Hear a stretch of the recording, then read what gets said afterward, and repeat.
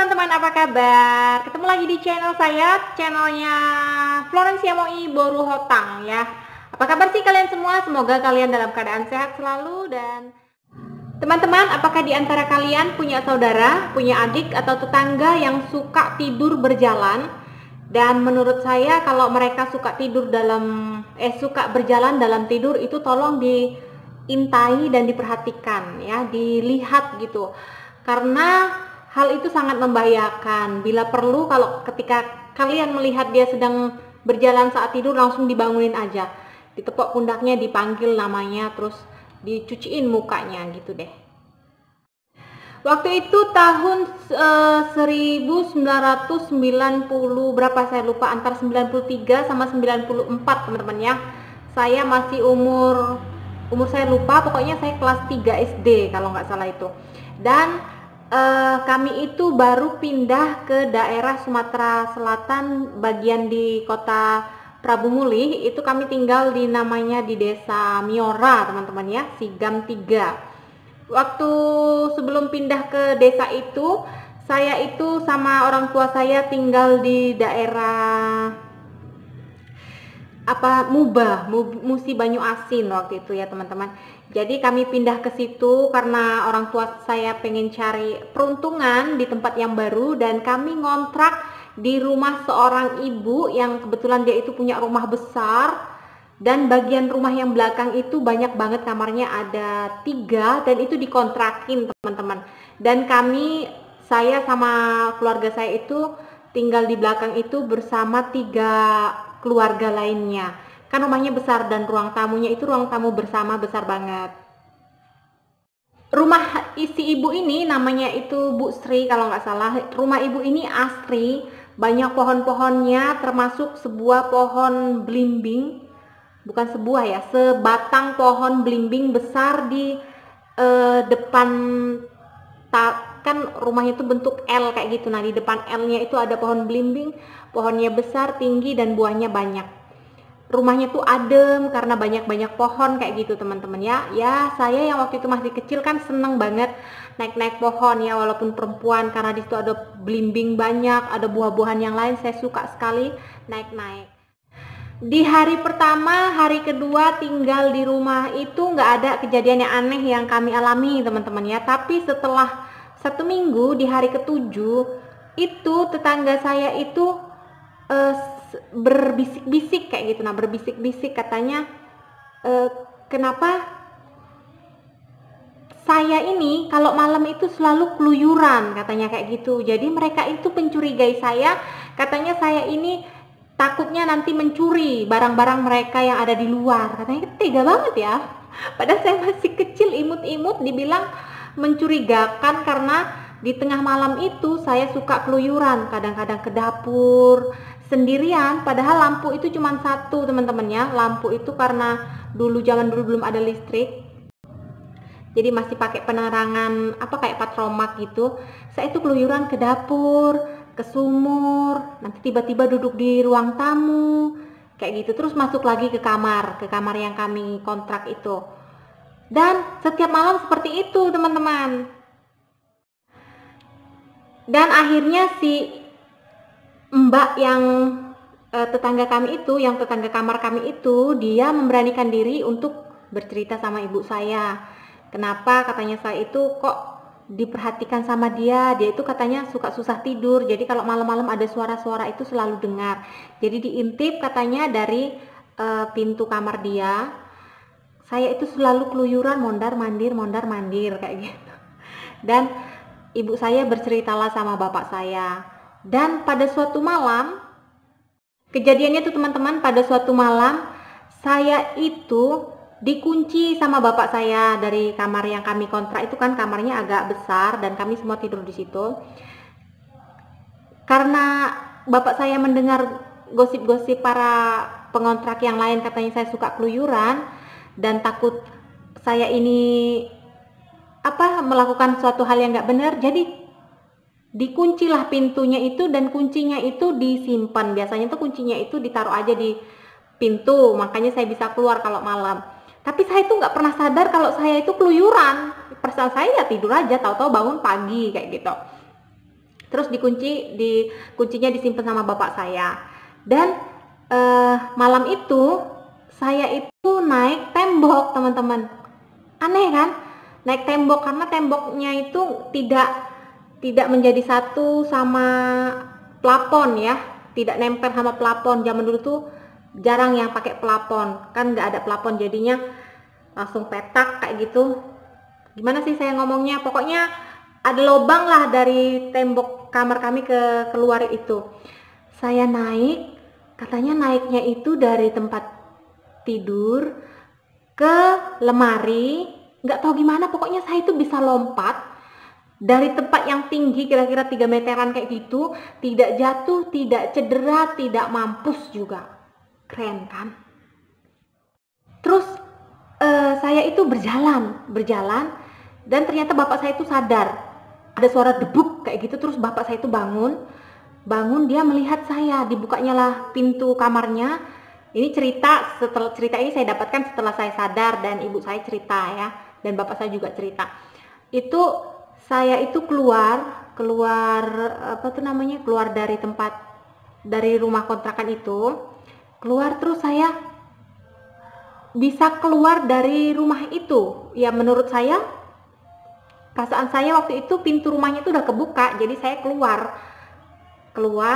terus sampailah di bawah pohon belimbing yang saya ceritain pertama tadi ya, pohon belimbing yang besar yang banyak buahnya itu.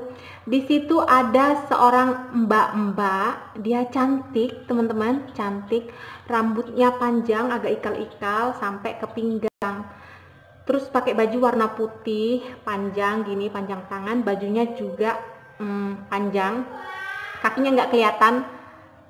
Terus dia itu lihat saya kayak gitu, terus dilihatnya saya mendekati dia. Terus saya mendekat, tapi perasaan saya tuh pengen pipis teman-teman ya, saya pengen pipis. Terus saya jongkok lah di bawah pohon pohon belimbing itu, di dekat si mbak ini tadi. Terus si mbak ini tidak berbicara, tapi dia itu bilang, dia tidak berbicara, tidak ngomong kayak kita ini, cuman saya itu mengerti maksud dia itu bilang, jangan di sini, ayo ikut saya ke depan lagi, katanya tuh kayak gitu. Jadi saya itu terima tangan dia yang diulurkan itu, saya pegang, terus saya ikutin dia ke depan jalan. Dari rumah ke pinggir jalan raya itu agak sedikit jauh. Terus setelah setengah perjalanan, saya bilang lagi, kebelet banget, udah mau pipis, nggak tahan lagi. Terus saya mau jongkok lagi di dekat kaki dia itu. Terus dia bilang lagi, jangan di sini, ke depan lagi, katanya kayak gitu. Terus nggak tahan, ayo ke depan lagi. Terus dia gandeng lagi, tapi dia nggak berbicara ya, mungkin dari hati kami bicara, nggak tahu lah ya.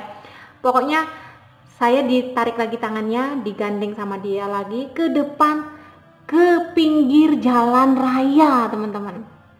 Nah bapak saya yang ngikutin saya dari belakang itu pertama cuma diintipnya, saya itu ngapain, katanya kayak gitu. Terus pas si mbak ini tadi bilang jangan di sini, ayo ke depan lagi. Setelah di pinggir jalan raya itu dia bilang jangan di sini, ayo ke depan lagi. Ke depan lagi itu berarti jalan raya teman-teman ya. Terus bapak saya tuh langsung dipanggilnya nama saya kan, hei, kayak gitu. Terus si mbak ini pun noleh teman-teman, noleh ke bapak saya. Terus saya belum sadar. Terus ketika bapak saya tepuk pundak saya, jeder kayak gitu kan, saya baru terasa lalu si mbak ini tadi pergi ke seberang pinggir jalan raya teman-teman. Dan posisi saya itu, saya melek kayak gitu karena ditepuk sama bapak saya, hei kamu ngapain di sini, kayak gitu. Saya sadar mau ada mobil lewat kayak gitu, saya sudah di pinggir jalan raya itu teman-teman. Terus kamu ngapain di sini, kata bapak saya. Terus saya diem aja kayak gitu, saya nyari si mbak tadi. Maksud saya mau bilang sama bapak saya, mbak itu yang ngajak saya kayak gitu, cuman orangnya udah nggak ada lagi. Dan saya nggak sadar, waktu itu namanya juga masih kecil ya teman-teman, masih kelas 3 ya, termasuk kecil lah ya. Saya nggak tahu si mbak itu apa setan, apa orang. Pokoknya penglihatan saya mbak itu ya orang aja kayak gitu.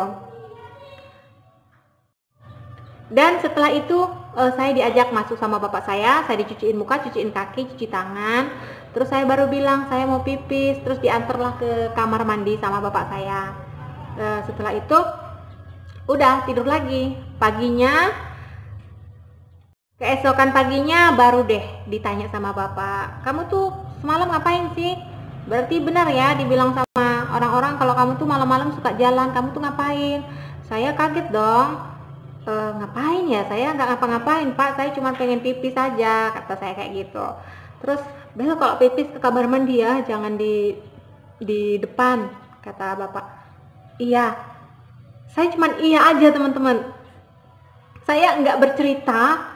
Itu ya kalau anak kecil, kalau kalian punya anak kecil itu nanyanya itu jangan kasar, tapi tanyanya dengan lembut. Karena bapak saya itu agak galak, jadi dia nanya itu agak bentak-bentak. Jadi saya takut apa yang mau saya bilang itu, takut saya yang kena marah kayak gitu. Jadi saya diem aja, nggak bercerita sama siapapun kalau si mbak ini yang ngajak saya jalan kayak gitu. Karena memang di desa ini masih sangat sepi teman-teman ya, penduduknya juga belum banyak, masih sepi, masih hutan-hutan kayak gitu. Tidak seramai sekarang ya. Kalau sekarang itu saya lewat itu saya sudah melihat banyak sekali penduduk pas kebetulan kalau lewat itu, dan saya selalu ingat akan rumah itu. Oh iya, itu rumah pertama kali yang saya pindah ke sini, dan kejadiannya itu saya ingat terus teman-teman. Dan setelah besar kami tuh nggak lagi tinggal di situ terus ya teman-teman, tapi berpindah mengikuti kerja bapak saya. Bapak saya kan kerjanya serabutan, jadi kemana dia dapat job di situ saya pindah lagi sama keluarga saya. Kemana bapak saya dapat job ke situ lagi pindah, kayak gitu teman-teman. Jadi tidak selama-lamanya di situ, tidak. Nah setelah itu, setelah agak lama barulah saya cerita sama kakak saya yang perempuan yang pertama itu. Tapi dia bilang, ah kamu cuman mimpi kayak gitu. Tapi tidak mimpi ya, itu memang betul tidur, berjalan saat tidur. Karena posisi saya ditemukan itu ya di pinggir jalan itu, di pinggir jalan raya gitu deh teman-teman.